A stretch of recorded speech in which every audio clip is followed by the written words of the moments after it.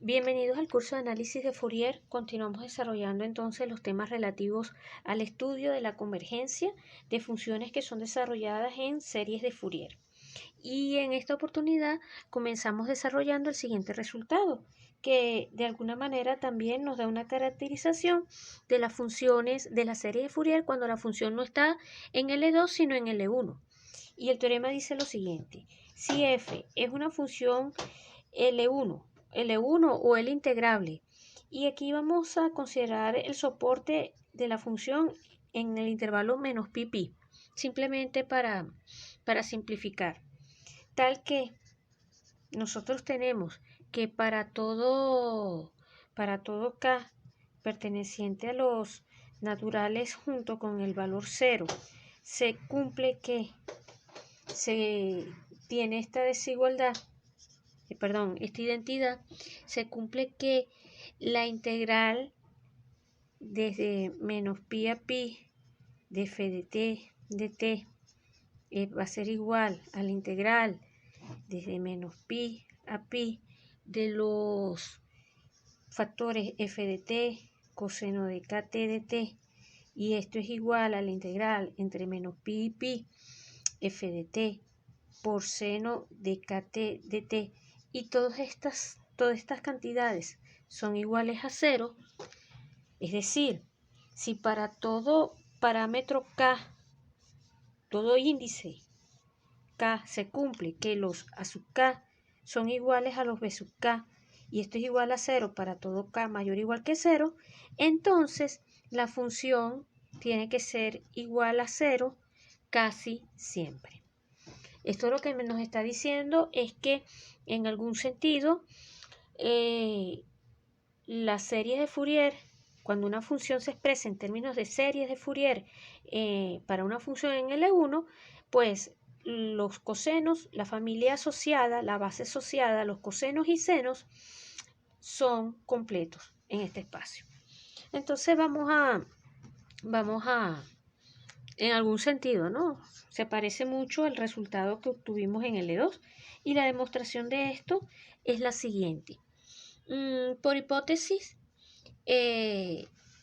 si P de X, y vamos a escribir P de X, es un polinomio trigonométrico cualquiera, entonces P de X tendría que ser algo así como, por decir algo, alfa K coseno de KX, inclusive aquí vamos a ponerlo así, desde K variando desde 1 hasta un cierto n, donde este n es un factor fijo y arbitrario, pero es un parámetro natural, b sub k seno de kx.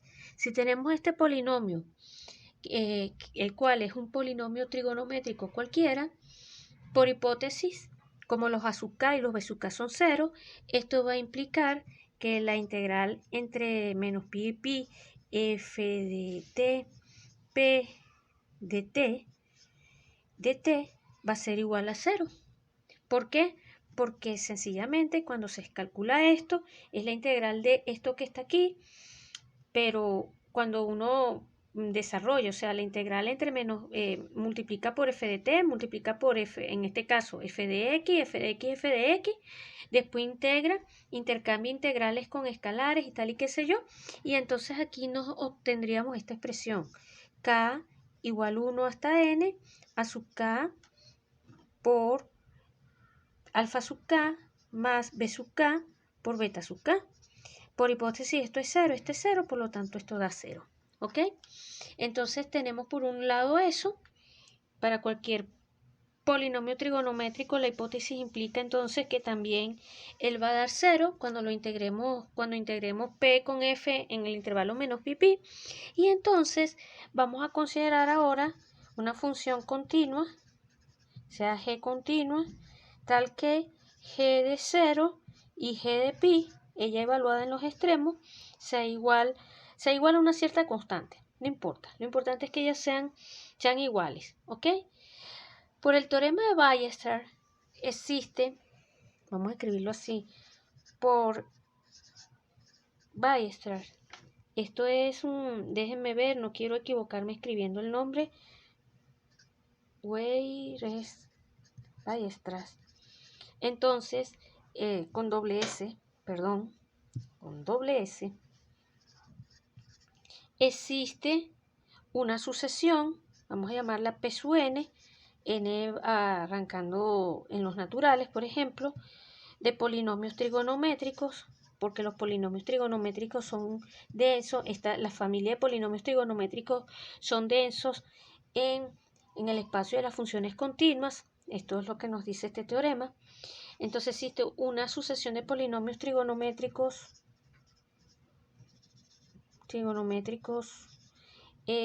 acotados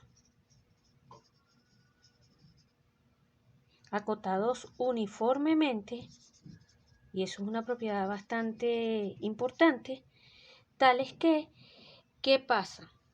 Tales que ellos van a converger a la función g.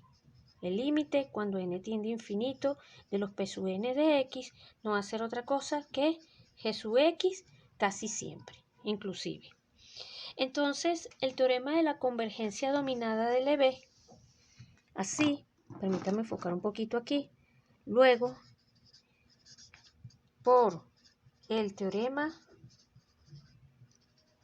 de la convergencia dominada de Lebesgue.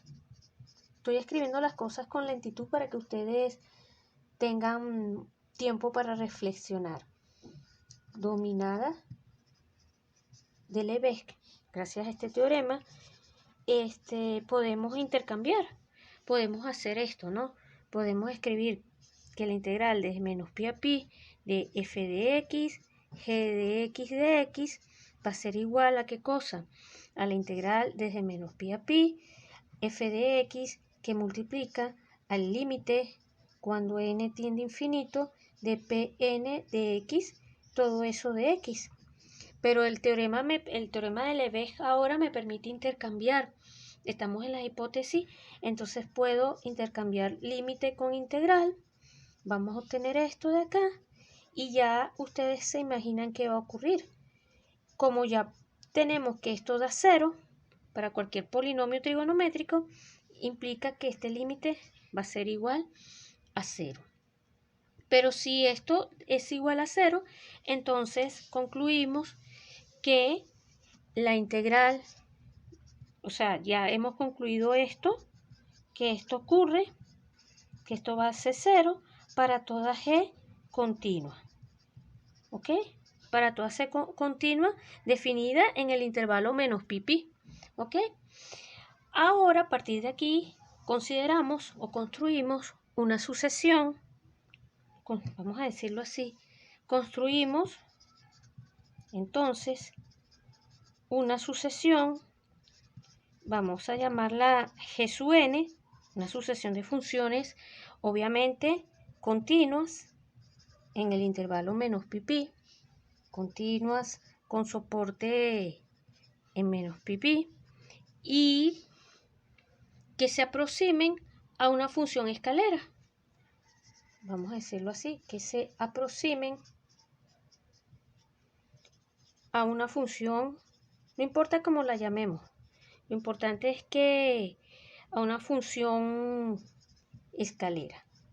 Y volvemos a aplicar el teorema de la convergencia, el teorema de la convergencia dominada. ¿Ok? Entonces, nuevamente, en ese caso, vamos a obtener que la integral de menos pi a pi de g de x, f de x va a ser igual a ¿qué cosa? Al límite cuando n tiende a infinito, la integral desde menos pi a pi, g n de x por f de x. Estas son continuas. Esta es una función escalera. Estamos suponiendo que esta g es una función escalera. La g es el límite de la g sub n. Y entonces, como estas dan 0, esto va a dar 0. Es decir, que hemos extendido la propiedad cuando g es una función escalera. Pero las funciones escaleras son acotadas casi siempre. Las funciones escaleras funciones escaleras son acotadas casi siempre. Y como son acotadas casi siempre, esto implica que G es acotada casi siempre, ¿ok? Ahora no vamos a considerar cualquier función escalera. En lo particular,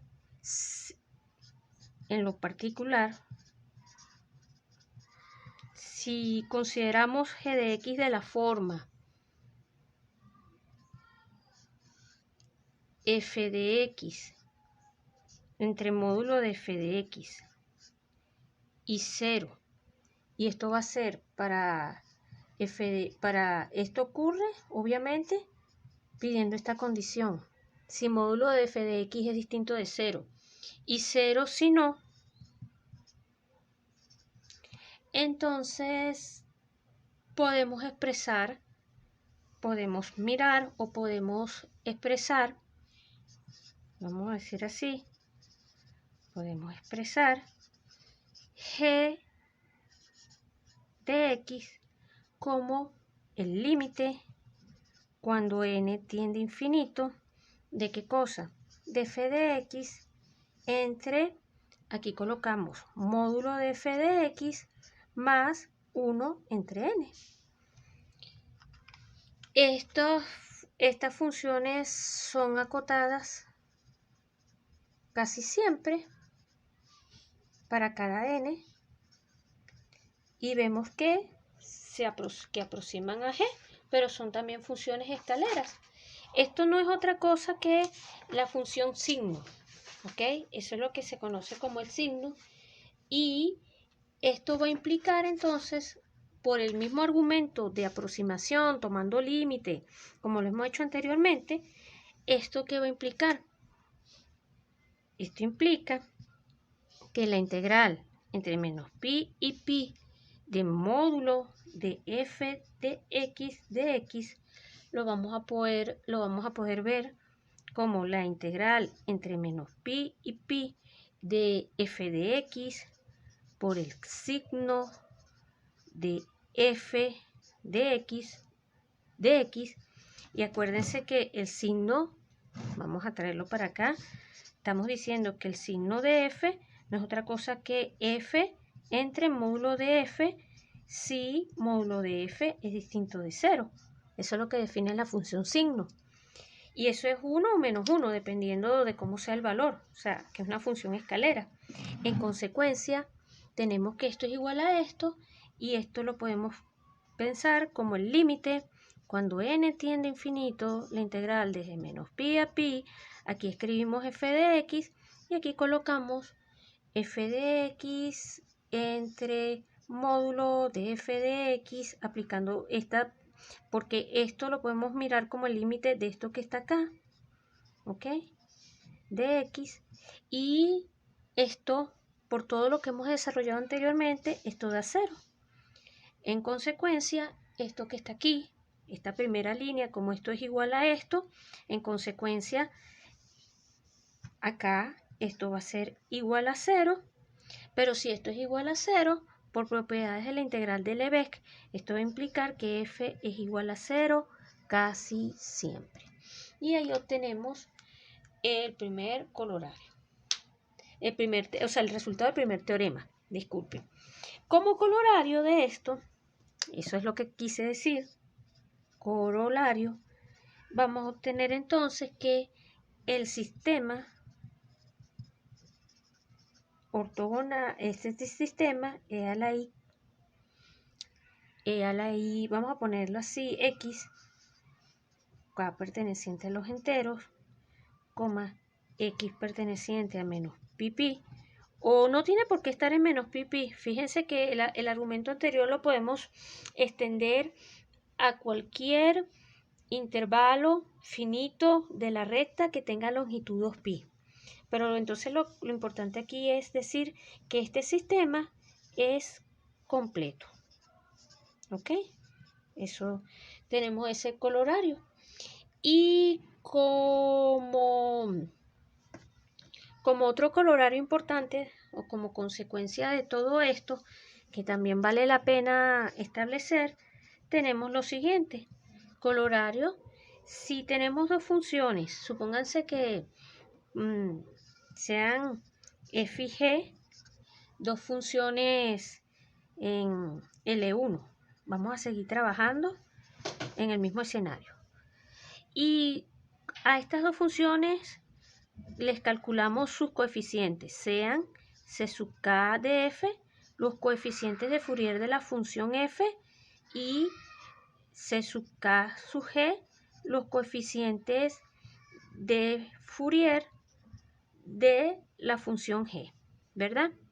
Si c sub k, si los coeficientes tanto de f como de g son iguales para todo k, para todo índice, entonces f es igual a g casi siempre. Es decir, que los coeficientes, las funciones, la relación que hay entre coeficientes de Fourier de la función y la función en sí es unívoca, es inyectiva. Si dos funciones si coinciden, las funciones también tienen que coincidir, ¿ok? Y esto es bien útil y bien importante dentro de nuestra teoría en todo lo que estamos desarrollando. Utilizando Parseval, ¿ok? Fíjense que uno entonces puede establecer un producto interno, o sea, digámoslo así, si pensamos en la serie de tengo f y g pertenecientes, entonces dos funciones, pongámosles, definidas entre menos pi en los complejos, ¿ok? Vamos a enfocar mejor. Tengo mis dos funciones acá, definir los complejos. En principio podemos pedir que esté en L2 o podemos pedir que esté en L1 ahora. Estamos extendiendo los resultados en L1. Entonces, allí podemos pensar en su desarrollo en serie de Fourier. C sub k de f, e a la i k y SG, pues pensamos en C sub k de g, e a la i k. Y obviamente pensamos en el producto interno, o sea, el producto interno f contra g no va a ser otra cosa que 1 sobre 2pi, la integral ahora desde menos pi a pi, y acá es mirar f g barra de x, ¿ok? El conjugado de la g. Bueno, gracias a Parseval, aquí por la identidad de Parseval, vamos a pedir que esté, entonces vamos a pedir acá que f y g estén en L2. Gracias a en L2 de menos pi. Gracias a la identidad de Parseval, esto de acá me va a quedar exactamente como la suma para las k pertenecientes a los enteros, c sub k de f por c sub k de g conjugado. Y entonces esto acá nos permite establecer una noción de distancia. La noción de distancia en términos, no solo aquí tenemos ortogonalidad, pero también podemos establecer una noción de distancia utilizando entonces la norma 2. F menos G va a ser la distancia entre F y G en L2. Y en L1 también podemos, claro, aquí cambia, ¿no? O sea, no es lo mismo mirar L2 con la norma 2 que mirar, por ejemplo, L1 con la norma 1. Si aquí miramos norma 1, por supuesto, el espacio va a tener otras propiedades muy distintas desde el punto de vista analítico.